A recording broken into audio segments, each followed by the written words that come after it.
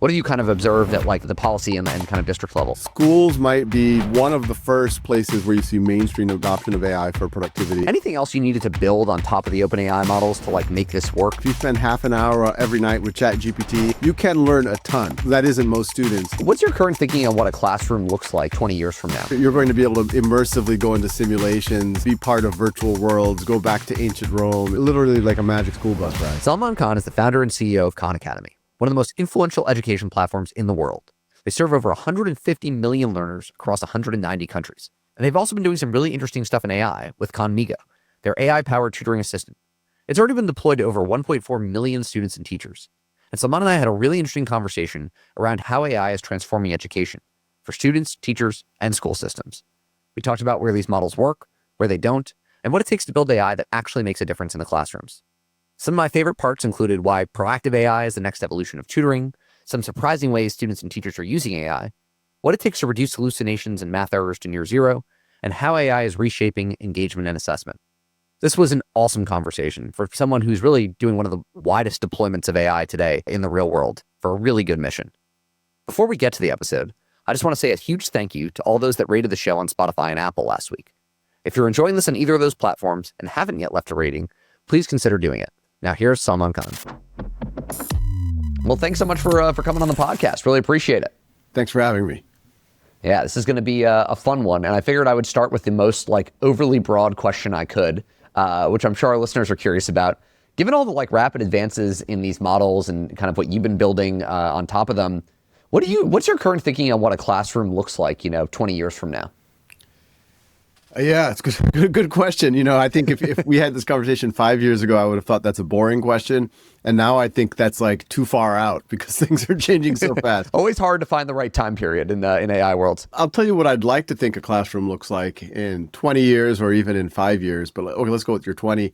I'd like to think that more classrooms are actually going to look like what great classrooms already look like. A great classroom today is one where students are not just passively listening to a lecture.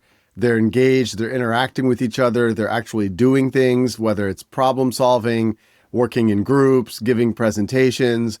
In a great classroom today, a teacher is walking around, working with the students, getting them to do interesting things. Now, the reason why I think AI is potentially going to play a role there is right now those great teachers, they have to spend a lot of time making great lesson plans and being very creative about it. These great teachers are able to do that even though they still have hours of grading and lesson planning and progress report writing. These great teachers are the ones that can really observe a classroom and almost intuitively understand what students might need. And those are superpowers. And I think there's a world where artificial intelligence can give more teachers, all teachers, some time back on their planning side of things, giving them better insights on how do they, some ideas and insights on how they can better manage their classroom, better insights on where the students are at any point in time, better interactivity with their students. So when these students are all doing breakouts, and I can imagine in 20 years for sure, it's not going to necessarily be on your laptop.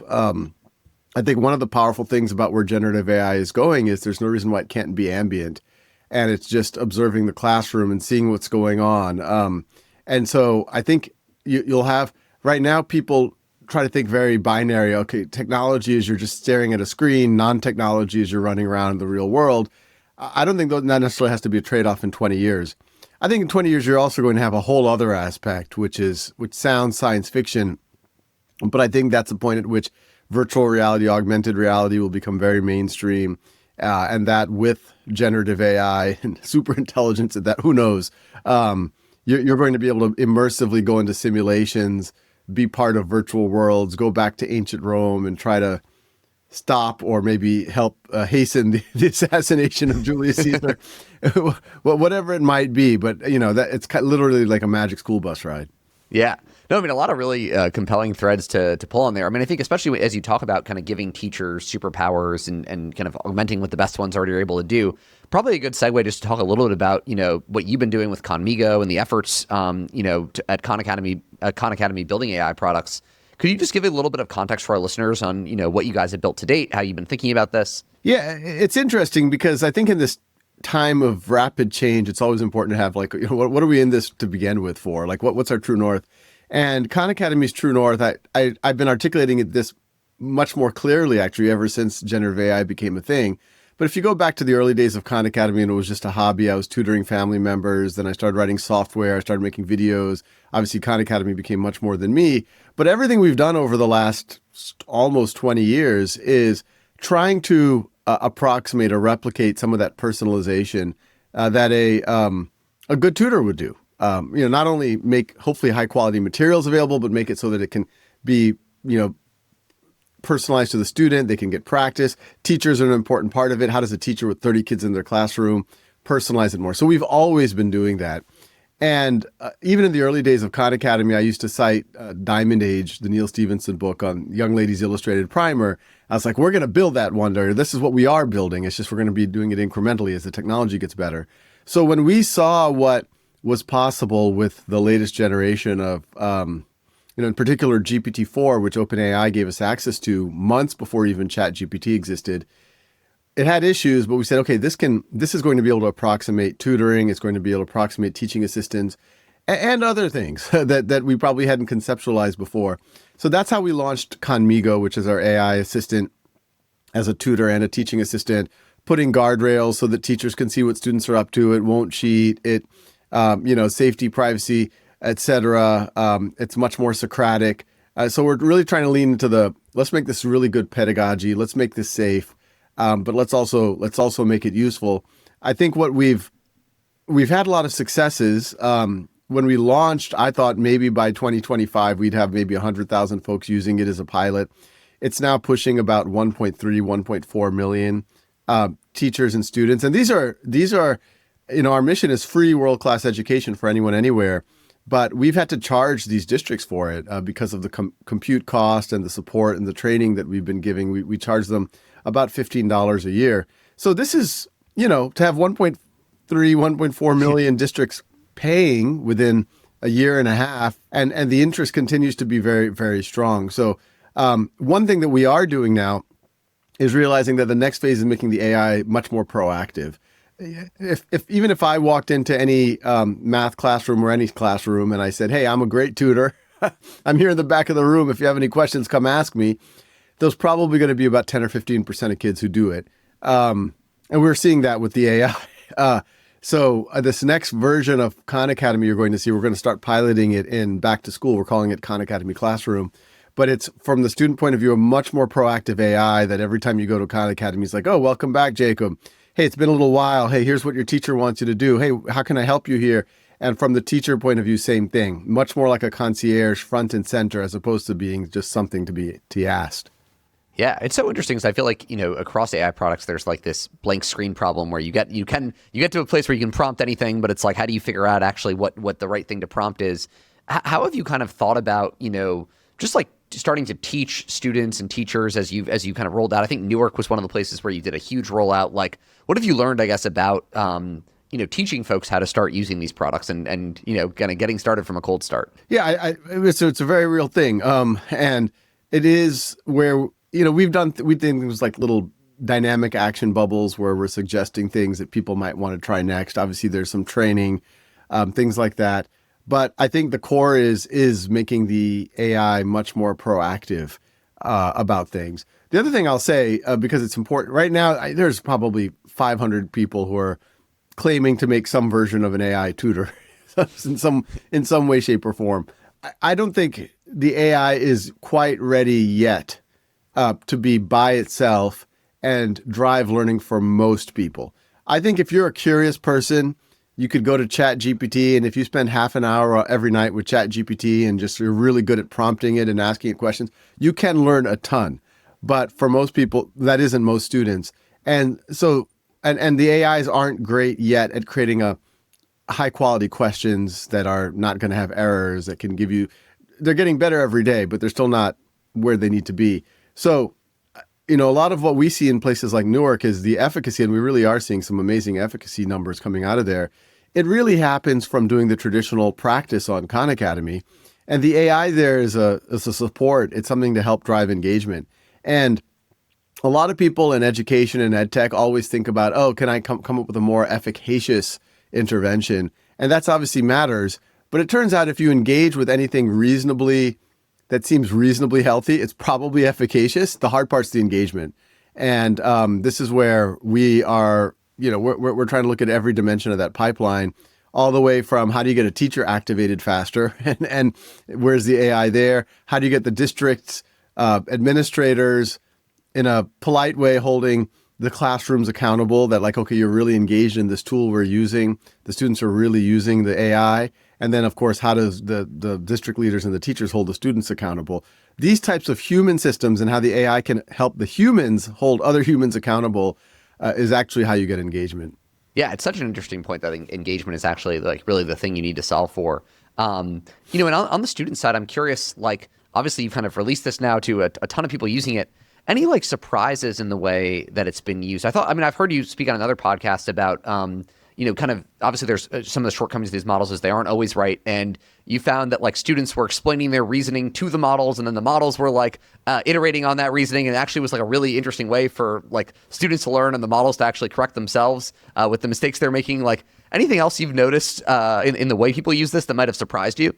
There's definitely cases. These aren't mainstream, but I said if you're a really motivated person and you engage properly with these models, there's some amazing magical things that can happen. I gave an example. This was a TED Talk 2 years ago. I gave an example, but it's still a fun story of this young woman at Khan World School, which is an online charter school we have, and she was in India at the time, and she was reading about The Great Gatsby, and we have an activity where you can talk to AI simulations of literary characters, and she had like a lengthy conversation with AI Jay Gatsby about our simulations, they don't just try to answer questions, they actually try to drive the conversation. So what have you thought of? Are there things like in your life that you want to, and I remember her telling me about that interaction and thinking, okay, this is beautiful. This is the kind of thing that we want to see more of. I've talked to my son a lot, my oldest, who's just turned 16. And he's doing some pretty advanced math now. He's probably at my level or maybe even a little ahead of me at this point. And he's actually using it all the time to really explore ideas. And I'm like, is it 100% right all the time? He's like, no, but neither are you. and yeah, one of the things that we are putting a lot of resources, and I don't think a lot of other people are really trying to not just improve the AI's accuracy, but measure how good it is. And as far as we can tell right now, Khanmigo, when it's anchored on Khan Academy content, you're at about a 2% error rate.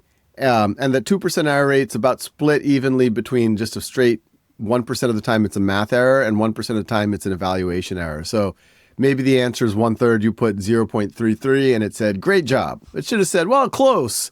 Are you sure that, do the threes keep going? Or can you represent that as a fraction? And we obviously would love to get it to a 0% error, but I actually think my son is right. It's actually already, when I'm tutoring my own kids now, it's probably 1 out of every 10 or 15 times that I'm like, wait, that's not what I got. Wait, let's do that again. And I'm like, oh yeah, you're right. And so I actually think the error rate's actually already better than a lot of human tutors.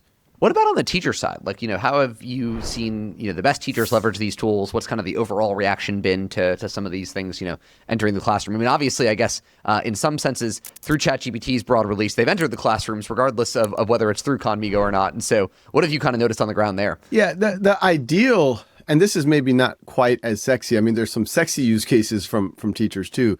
But the ideal is they just use it regularly. They create a habit around it where they're working with the AI, helping tweak their lesson plans, making it a little bit more entertaining, right size for the classroom, then delivering it in the classroom. We have a partnership with Bluekit. For those, Bluekit's, I believe, as popular or more popular than Kahoot. It's like a in-class gaming based on question sets. So our partnership with Bluekit is Khanmigo will generate the Bluekit questions for the teacher. So what used to take a teacher maybe half an hour to write 15, 20 questions or more, they can now do with in about 2 minutes. And we're seeing a lot of great things there. So we're seeing the planning, the delivery inside of the classroom, and then the getting insights from it. And then that's for another wave of planning. And there's a lot of things that we're building for this coming year that will make that much more streamlined and integrated. But a teacher who has that kind of habit forming, it's always been the case, who's using Khan Academy to make assignments, hold the students accountable, look at the data, and then keep doing that, they seem to get very, very good results. Once again, it's all about engagement. In terms of sexier use cases, I mean, we've definitely seen teachers talking about, AI simulations. They're definitely opening up a class and saying, all right, everyone, we're gonna talk to AI simulation of Harriet Tubman or George Washington. Ask your hardest questions, which is really engaging. We have another tool called Writing Coach, which is our answer to the fears around cheating, et cetera, where the teacher creates the assignment with the AI, assigns through the AI. Students do it with the AI, but the AI really acts as an ethical writing coach. And then when the student submits, the teacher doesn't just get the final output, they get the process, and they can talk to the AI about what went on. And if I copy and paste something from ChatGPT, the AI says, I don't know where this came from. So it actually undermines not just AI cheating, we believe all forms of cheating. But teachers are starting to use that reasonably regularly for writing assignments. So that one's I'm pretty excited about. I love that approach for just like, rather than, say, hey, we're going to just ban these tools completely. No. It's A, unrealistic, and B, not how people are actually going to interact in the world. It's like, let's find a way to teach people to use them in a way that still develops their own thinking. I think it's really clever. Do you imagine that being true across other subjects as well? Or like, obviously in writing, it makes sense, given that in the workforce, people are going to use these tools going forward. Do you think like most of schooling should involve leveraging them to some extent, or are there still places where they should be, you should be able to do math and writing completely without them? I think it's got to be both. I definitely think if you're going to be managing an AI to do some of your work, you need to be able to write well yourself. So I think especially if we're pre-high school or even early phases of high school, yes, you should do some more writing inside of the classroom. With the teacher there. It could be a little short form writing, et cetera, or maybe you do it over multiple class periods. That I think is healthy. At the same time, especially once you get into high school and college, yes, you should have more opportunities to use the tools to get more productive. I have to give a few commencement addresses later in a couple of months. And I was like, I better work on this. And I was in an airport, and all I did is I recorded my thoughts, my like life advice, and then I had it transcribed by an AI, and then I had it turned into a first draft. And that first draft, I mean, it speaks to both things. That saved me a ton of time that I would have otherwise done. But if I didn't know how to write, and if I just took that first draft that just came out of my random musings, it's a horrible speech.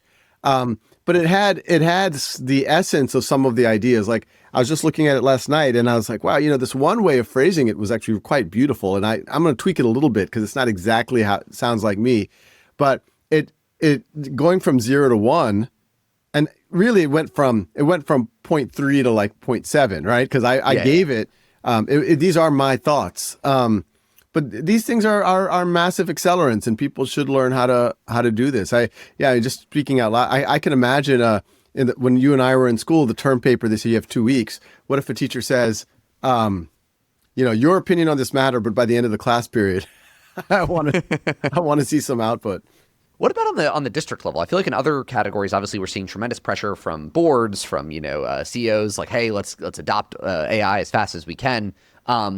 Obviously the schooling system is its own kind of unique universe. Does it feel like there's that same kind of pressure for uptake or momentum, or what have you kind of observed at like the policy and kind of district level? I think generally speaking, this is one of the cases where schools might be one of the first places where you see mainstream adoption of AI for productivity and learning and just, doing the day-to-day work, which is really trying to help kids learn.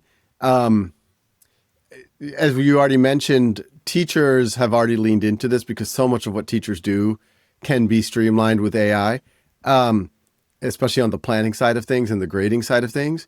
And as the models get better and can support students better and get more proactive, I think everyone sees it. And yes, there is compute costs, et cetera, but it's dramatically cheaper than anything else that's come before. after the pandemic, there was $86 billion that was spent on ESSER, these funds to help kids remediate. And that, that's like 2,000 something dollars per American student. And a lot of districts plowed it into fairly expensive paid tutoring, like live tutoring. And there are some exceptions, but for the most part, there's not much to be shown for it. So instead of something that was costing $25, $50 an hour, you're now looking at something that costs $10, $15 a year. And you get much more dosage if you want to. So yes, I think I'm actually seeing more in school districts than I'm seeing as a leader of Khan Academy. And, I've been pushing the Khan Academy team. I was like, when are we going to be able to get, automate some of our bookkeeping, or when can we do this on this, or when can we do, I'm constantly pushing the engineers on how much more productive are you getting with the coding? I heard that company X is, 100%. Why can't we be 100%? But yeah, I think there's school districts we've talked about they're saying it's saving their teachers at least 5 hours a week, if not more. They're using it as a recruiting tool, retention tool. Yeah, it's really powerful. I mean, I guess from a society perspective, I'm glad that schools have been one of the fast adopters. If any place was gonna be, I guess I'm curious in the process of building Khanmigo. I mean, you talked about obviously you had to add guardrails in. It sounds like you've tied the models to your own content that you've already had on Khan Academy. Like anything else you needed to build on top of the OpenAI models to like make this work in the classroom setting? Oh yeah, I could go down the list. Even it is surprising. On one level, a lot of these AI applications, and unfortunately, I think many of them are just kind of thin prompting layers on top of a model. But yes, you want to do the safety, you want to do the moderation. Moderation is something that, frankly, we probably were overly conservative to begin with. Makes sense given your audience. Given our audience, but then there were a lot of false positives. So I think we now have the handle on that one. The math accuracy in particular, this is where there's a lot of work. I mean, just to get the error rate low. And once again, the hardest errors aren't, can this thing figure out what 5 to the 8th power is? The hardest errors are evaluation errors with the students, especially when there are certain students who are just hammering it, trying to get an answer. And they keep switching context, et cetera, et cetera. And so how do you handle all of that? A lot of work just making the user interface something that feels more natural. Obviously, as I mentioned earlier, we're doing this whole re-engineering of the front end of Khan Academy to imagine a more proactive AI-first approach. And I think when people see that, they're going to see like, okay, this is not just a chat bot. This is the AI integrating it in every aspect of the writing coach we've been doing. That's where, once again, it's not just a chat bot. There's a brainstorming on your thesis statement. There's an outlining tool that the AI can see and has context. And then when you're drafting, it really is kind of like you're on a Google Doc and it's highlighting parts of it based on the dimensions. So yes, there's a lot to be done. That's well above and beyond just a thin prompting layer. There's a lot of I think the world now doesn't want 20 different apps on a AI tool. They want an app that's smart enough to figure out and behind the scenes do a little bit of prompt chaining and swap prompts out. So there's a lot of work there and making sure that that's robust memory. I could keep going. Yeah. What are like the capabilities that are meaningful to you that are still on the come? Like things that breakthroughs, I guess, either in the core LLMs or some of these multimodal capabilities that would be, kind of game changing in what you're able to do in the product. Yeah, I mean, memory is a big one. I know right now you could go to ChatGPT and ask it about, apparently it remembers everything you've done. But for people like us to have access to that so that we can give the models much more context. It has all the memory, but at the same time, maybe there's ways to reset some aspects of that memory, know what it's remembering or inferring about you. But I think memory is a big one. The advanced voice, which is out there, you can use it already in ChatGPT and Gemini and all of that. I think integrating that with our platform is going to be pretty cool. We are building for a world where over time, the Khan Academy written content might become less and less relevant. That breaks my heart as someone who's made 7,000 videos, but it's just a reality. And so They're all being used to train the models anyway, right? I'm So sure they're still in there. They've had some utility. Yeah, but the ability for the models to create higher quality questions, I think is big. I think there's some very cool capabilities of models, like the ability to make videos and certain types of images and all of that. Those are fun. I don't think the world has come up with really good pedagogical use cases for them just yet. I mean, there could be some fun project-based learning, things like that. But yeah, the pedagogical side hasn't been. Well, one on image, we do hope, this is probably about a year and a half out, for students to be able to, especially if they're on a tablet device, be able to show their work and the AI being able to see their work. I think you had your son demo that, right? With the Yeah. models. Well, that OpenAI demo from last year, which, in fairness to the demo gods, that was a fifth take. It was making a ton of errors, but it eventually did work. But that idea of the AI very naturally being able to talk while seeing your work, and giving you feedback, yeah, I think that feels almost, if it's robust, it feels indistinguishable from when I was tutoring my cousins or now I'm tutoring my kids. So I'm hoping if in the next year and a half, 2 years, we can make that a mainstream thing, that'd be a big deal. Yeah, one thing I'm struck by, I mean, you alluded obviously to like there's kind of like fun use cases one could explore, and to your earlier point that like so much of this is around engagement, and like a lot of the techniques there's a bunch of different techniques and a lot of them are effective, and it's really about just getting people to engage with any of them. I'm curious to see whether we see some interesting kind of just like fun new ways that we haven't conceptualized that actually drive people to engage, and then obviously you can layer some of this other stuff on top of it. Yeah, I'm always we've been gamifying a bit over the years, and obviously there's people in EdTech who've done very good jobs, people like Duolingo. Duolingo's had the benefit of they kind of make up the standards, right? And they can make those dopamine hits as long as much as you want. When we started, we were on that same journey, but then as soon as we became more mainstream in schools, we're like, okay, we have to align to the standards, and some of these standards are not the most pleasant things for some students.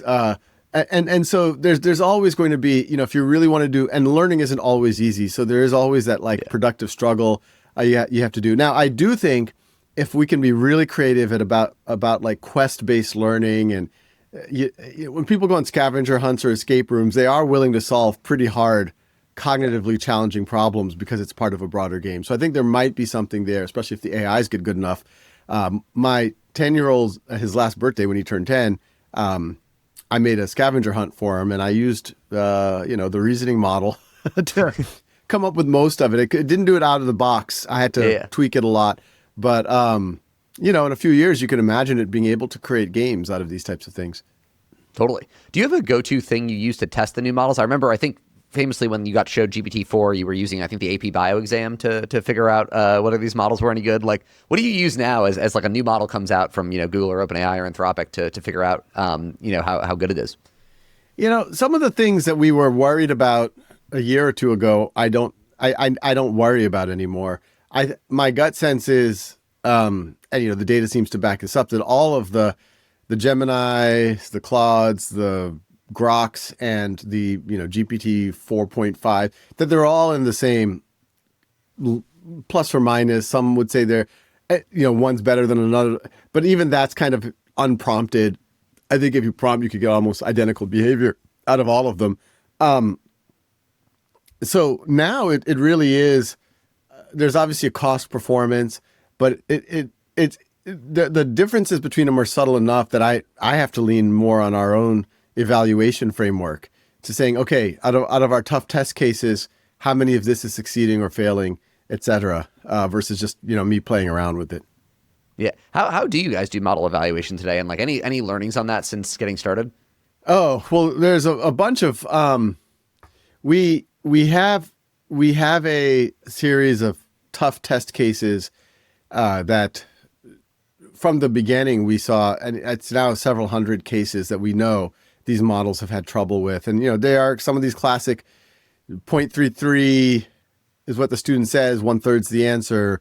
Distributive property straight is one of these things that sometimes the models, back in the day at least, had troubles. Well, anyway, we have the whole list of it. When we started this, of the, let's call it 200 test cases, it was actually failing on about 70% of those test cases. Now, these are very niche. It's not like it fails on 70% of interactions, but it's 70% of the hard test cases. Now those numbers, I haven't looked at it in the last month or two, but it's like sub 10% of the very hardest test cases is my understanding. So we do some work like that. We also, we have machine labeling of interactions. So, can we use an AI to look at the AI interactions and saying, okay, it looks like there might have been an error here. The AI at some point, it said, oh, my bad. Hey, you got it right when wrong or things like that. But then we also do human labeling because the AI labeling isn't perfect.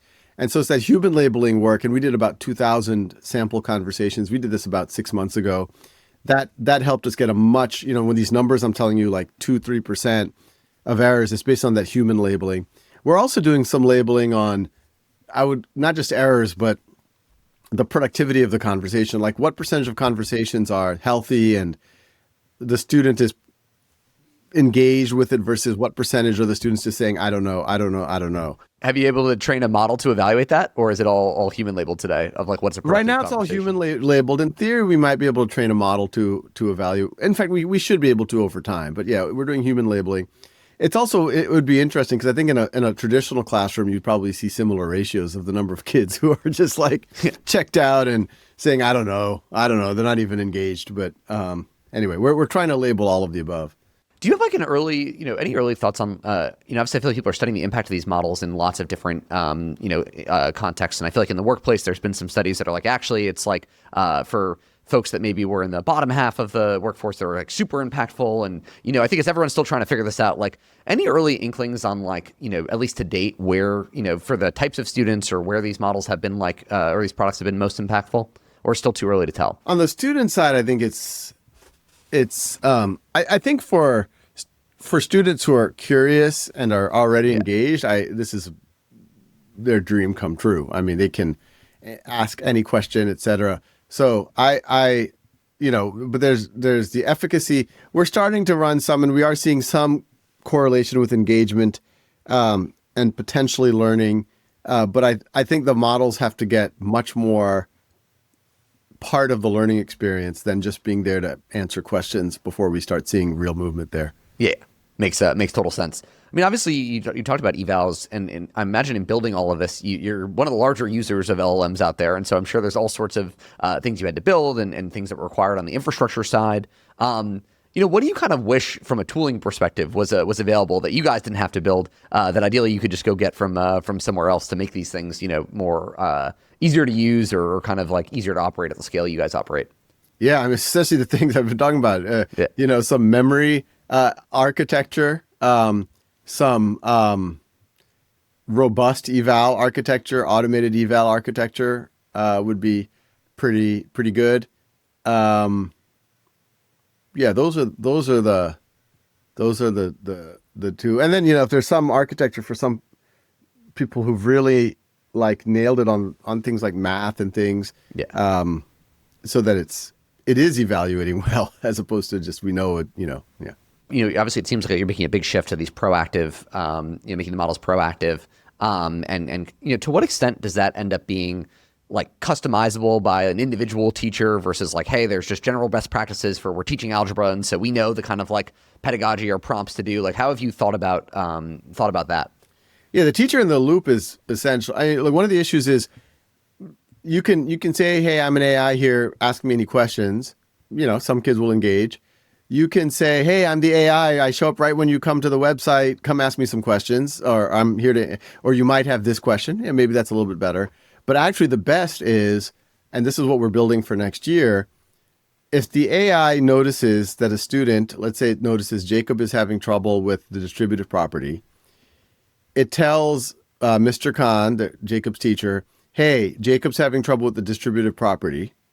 Click here, and you will assign a tutoring session with Khanmigo on the distributive property, and Jacob has to do it by tomorrow night. That's what will make it's his assignment. Jacob has to do it. So when you have teachers assigning AI tutoring interventions, and then the teacher being able to hold the student accountable to that, that's when you're going to start finally seeing kids engage. It's so exciting. I mean, I feel like in hearing that, obviously we're, in San Francisco, there's all this, techno-optimism, and you kind of hear that and you're like, God, like it almost feels, it almost feels like a disservice to the world that this stuff isn't more widely available. Like we have these capabilities today. I mean, especially, even if you look at emerging markets where like maybe there isn't as high quality of education today, like I'm sure there's a lot of techno-optimists that are like, God, we should just be throwing these models at students like completely today and let them run. Like, what are those people missing? And I guess, how do you see the next few years playing out like globally? Because when you describe that use case, it seems unbelievably compelling. Yeah, well, it's look. There are some percentage of students in the world that can just run with things. There was this gentleman, Sugatha Mitra, who did the school in a wall, something like that, and he put like tablets in rural India, poor kids, and they claimed that the kids just started going up to the tablets and started learning, et cetera, et cetera. I think there was some. I mean, there's definitely curiosity there, but I think that's limited. And I mean, there probably would be some benefit of just giving kids in villages in India access to ChatGPT or something. Some subset will probably start making really good use of it. But once again, if you don't know what you don't know, I mean, you talked about the blank. You don't know how to even structure your own journey. You wouldn't even know to prompt it to say, hey, can you work me through the Indian national standards in algebra? And, you wouldn't even know to do that. So I do think you've got to structure it more. I think and that's what Khan Academy, one of our values is that we've always had that structured content. And there are kids, I just met a young girl, freshman at MIT from Afghanistan. She couldn't go to school. Khan Academy was her education. She used another platform we have called schoolhouse.world to prove what she knew. MIT accepted that and admitted her. So there are people out there who are running with the things that already exist. But I think you just start throwing stuff out on, you're not going to. But I do think in another year or two, we will have stuff that you could, ideally you do have access to a teacher who knows the algebra or the physics or whatever. But if you don't, and you're in a container with, Starlink access and some $30, $40, $50 tablets that are shared by 5 or 6 kids over the course of a day, I actually think you could get pretty far. Yeah. Do you think we will see that? Yeah. I mean, there's already people who are trying it out, but I don't see any reason why we wouldn't see it. One of the things that I hope to do in the next year is for Khan Academy, let's call it 2 years. We need some funding on the transcripting side to automate the transcripting, but I hope to give high school credits and high school diplomas. And I think once you offer high school credits, high school diplomas, and eventually college credits and college diplomas, I mean, I don't know when we'll do college diplomas, but college credits for sure. Then all of a sudden, if you're this kid in India, it becomes very compelling for you to have access to one of these devices and, at least get a internationally recognized high school diploma. Goes a long way. Yeah. I guess I'd love your commentary on just like the broader AI and education market. Like, what have you kind of seen happening? What are some other spaces or areas you pay attention to in that? Obviously, it seems like you're really going for the heart of it, but curious like what else you've seen or what else you find interesting going on. There's a lot of noise right now. There's a lot of startups. Sounds like AI. What we see is a lot of people who've done a layer over ChatGPT and some prompting, and some of them maybe get a little bit of traction, but it is actually a hard environment. I mean, you're an investor here. It's in some ways it's a dream that you can make apps so much faster than you could before, apps of substance. At the same time, the switching costs and the barriers to entry are so low. I do think not to pick on you guys, some of the incentives of the investor community don't necessarily allow you to take a slightly longer point of view. That's what I tell our team. Like Khan Academy doesn't, if the market fully solved the problems, Khan Academy doesn't need to exist. We're a nonprofit. We exist. I would say in this moment, our value is we actually do have permission to take a slightly longer view. We still have we put a lot of pressure on ourselves to still be very relevant in the short run and compete with anyone. But we have funders who will give us, a 5-year grant to think through assessment, to think through writing, knowing that it's going to evolve and change. And honestly, some startups don't have that luxury. They just have to, in the next 9 months, get some product market fit. Otherwise, they're going to disappear. And I think our other value is the trust that, okay, people are more sensitive around AI. Okay, are they really not about, somehow changing, undermining teachers? Are they really about the pedagogy, or do they really have efficacy studies here? Is this something that I can feel good about? And over the years, hopefully we've been building a lot of that trust. So that helps in this AI world. Yeah. Are there any corners of like the education market that maybe you guys aren't focused on, but you're like, oh, I wish there was startups that were trying to build, this area or help out with these kind of products? I'm sure there are startups that are doing it. I'm not aware of them, and none of them have gone mainstream as far as I can tell. But, there's just so much, the whole like interviewing piece is so resource intensive and broken, and interviewing is assessment. And it just doesn't feel like assessment because it's so non-standardized and it's so expensive. And, I used to do, even before AI, like if I get to a final round with Google and Google tells me, hey, Sal, you're a great guy. It was either you or Jacob, and we really had to flip a coin. So we gave the job to Jacob, good luck with your life. And then I go to Microsoft and have to start over again. And Microsoft has to start over again and spend all that time. They shouldn't have to. Like, the fact that I got all the way to that end, Google should give me some type of certificate saying like Sal is a really good, and then all Microsoft needs to do is do a final round to make sure that I'm not, that I fit in and that I'm aligned with the job and things like that. So there's always been huge inefficiencies, just even who gets access to an interview. It's a small subset. We have a product manager job out. We get hundreds and hundreds of applicants for the job. We're probably going to be able to interview, phone screen, maybe 20, 25 people. I'm sure there's some false negative in there. I'm sure we're going to miss in that 180, 280 people that we're not interviewing, not even phone screening. I'm sure there was some talent there, but maybe the best applicant is in that 280 that we don't even call back. So, anyway, I think there's interesting things there. I think there's interesting things in just corporate training, development, all those things that we all have to do, these, what's appropriate at work type of cybersecurity training or sexual harassment training and all of that. I got to believe a simulation with an AI would be way more interesting. Like the following has just played out. What do you do next?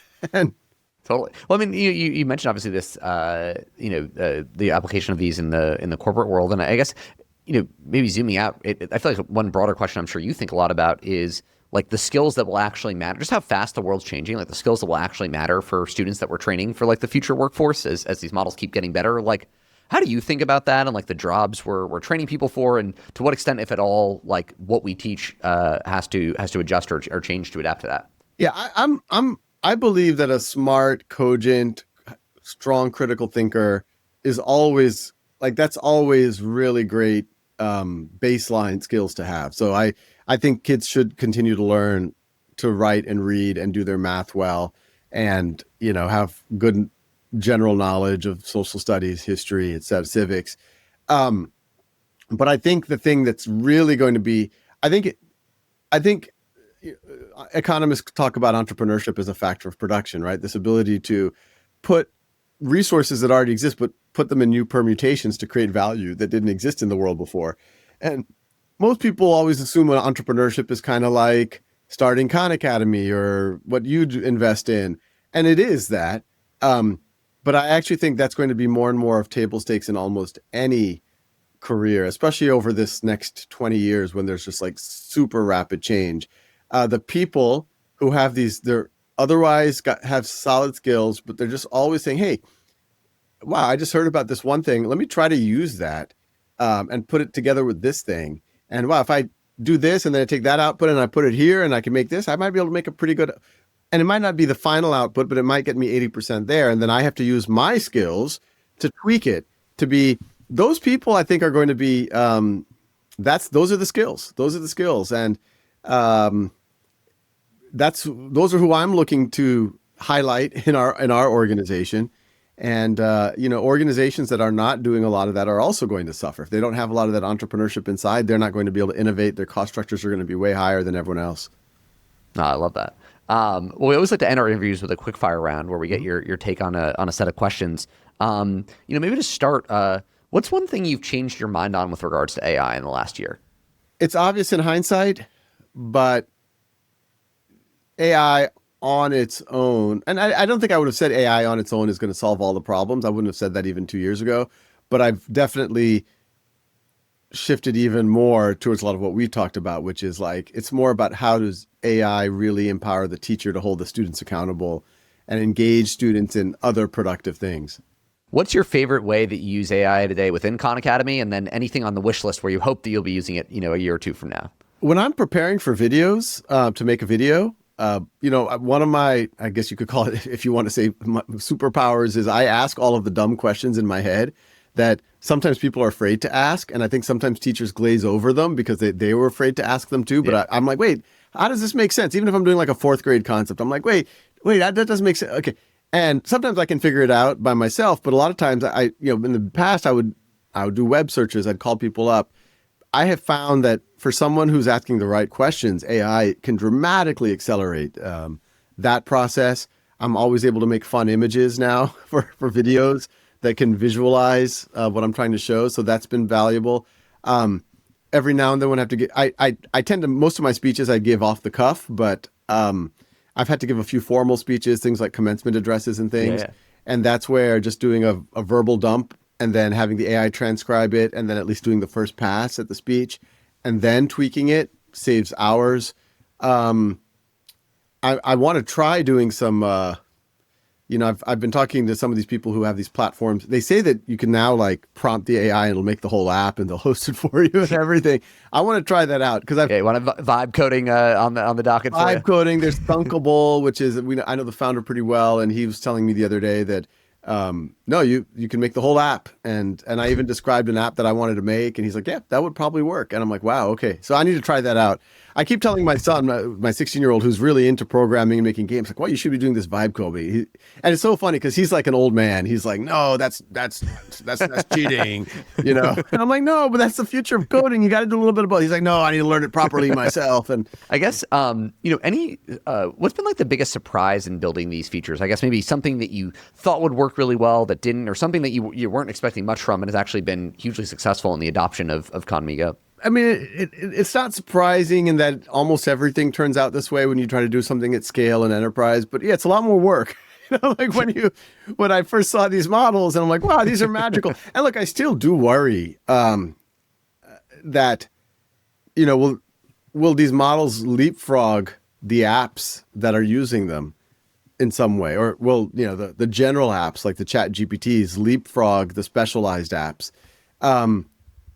It's still a concern, but yeah, I mean, the amount of work to like make it really work well for a certain use case is a lot. Things that have been better than expected. I was afraid 2 years ago whether our team was ready for this type of a pivot, and I was worried whether the education community was ready for this type of a pivot. I actually thought we might get a lot of flack for leaning so hard into AI, but it is pretty interesting now. Our team does view itself as an AI first organization, and it's easy for me to say, but when I really think about ourselves 2-3 years ago, that was not an obvious thing. And there was some pushback, and there were people who didn't like that direction. And I would also say the education community has moved faster than expected. What were the weeks like? I mean, obviously you got the GPT-4 demo, you did your AP bio tests, and then you came back and you're trying to reorient. What was that like first month like post that demo? Well, almost every day we were talking to the OpenAI lawyers. We're like, we have 5 more people we want to get under NDA or 10 more people. And we had a little, we had an onsite. I remember that first, and we had a little office, and every time we got people, we said, come with me. And I wanted to show people because it was such a they thought they were getting punked. This was before Chat GPT or anything. I'm like, right. I have something to show you.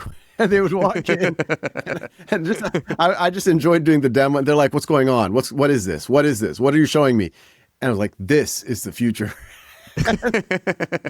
But, a lot of those people, I think initially about half the company was like, this is everything. We have to stop what we're doing. And then half of them like, hold on, makes errors, hallucinates, bias.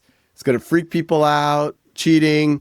And we said, look, both sides are right. but we can't. We've got to take all those risks and turn them into features. Well, I love that. Well, look, this has been a fascinating conversation. I want to make sure I leave the last word to you. Anywhere you want to point our listeners where they can go to learn more about Khan Academy, the AI work you're doing, anything else, the floor is yours. Yeah, people who want to try it out, you go to Khan Academy, Khanmigo. You can try out Writing Coach if you're, homeschooler, teacher. People should know about schoolhouse.world, which is a sister nonprofit that I helped start, which is around free tutoring. We do it through volunteers. So if people want to volunteer and give tutoring or get tutoring, we're about to launch something called the Dialogues Initiatives, where you're going to have conversations about tough topics, and then rate each other on how well the other side listened. So take a look. And remember, we're a nonprofit, so donate. Yeah, awesome. Well, thanks so much. Seriously, this is a fascinating conversation. Great, thank you. Hey guys, this is Jacob. Just one more thing before you take off. If you enjoyed that conversation, please consider leaving a 5-star rating on the show. Doing so helps the podcast reach more listeners and helps us bring on the best guests. This has been an episode of Unsupervised Learning, an AI podcast by Redpoint Ventures, where we probe the sharpest minds in AI about what's real today, what's going to be real in the future, and what it means for businesses in the world. With the fast-moving pace of AI, we aim to help you deconstruct and understand the most important breakthroughs and see a clearer picture of reality. Thank you for listening, and see you next episode.